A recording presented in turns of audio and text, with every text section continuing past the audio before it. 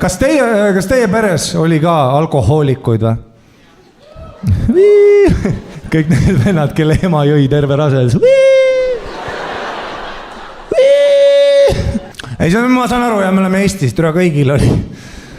Aga kas see ei ole nagu huvitav, et vaata sa lapsena, sa ei saanud aru, et onu Toomas on parm. Sa nagu arvasid, et ta on lihtsalt lõbus. Sa mõtlesid, et see venna alati hea tujune. Saad mingi 13, siis su õde räägib sulle, ai, onu Toomas oli sügavas tsüklis. Sa oled nagu, tundus suht fun. No, Toomas ainus tüüp matustel tõmbas ka laulu üles. Meri on, meri jääb. Aga muidugi meie generatsiooni, kuna me oleme hästi, me oleme teadlikud, ei tohi juua, ei. Siis meil ei ole vaata meie vanused on ju, mul on sõbrad, kes saavad praegu lapsi, nad ei ole alkohoolikud, nad teevad muid asju, vaata, me oleme need aines generatsioon, vaata.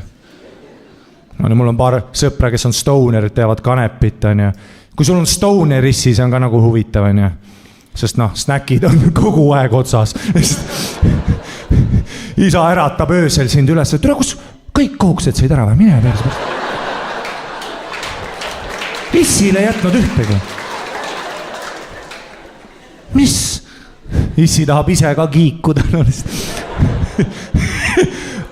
Alati kodus kodutöödega kunagi ei aita. Küsid korrutustabeliga abi, see vend on... Ai, see on vale. See kõik on bullshit. Või siis mul on mõned sõbrad, kes teevad kokaiini nädalavahetusid, nad saavad nüüd lapsi. See on ka huvitav, kui sul on kokkis isa. Ajaloo esimene isa, kes väsitab lapse ära. Laps juuab koolis, kui ma täna ei vitsi. Davai, teeme kodutöö ära, lähme sõitma, lähme. Või äkki, kui isa teeb fentanüüli, see võib ka lõbus olla, on ja. Teil kukuvad koos hambad välja.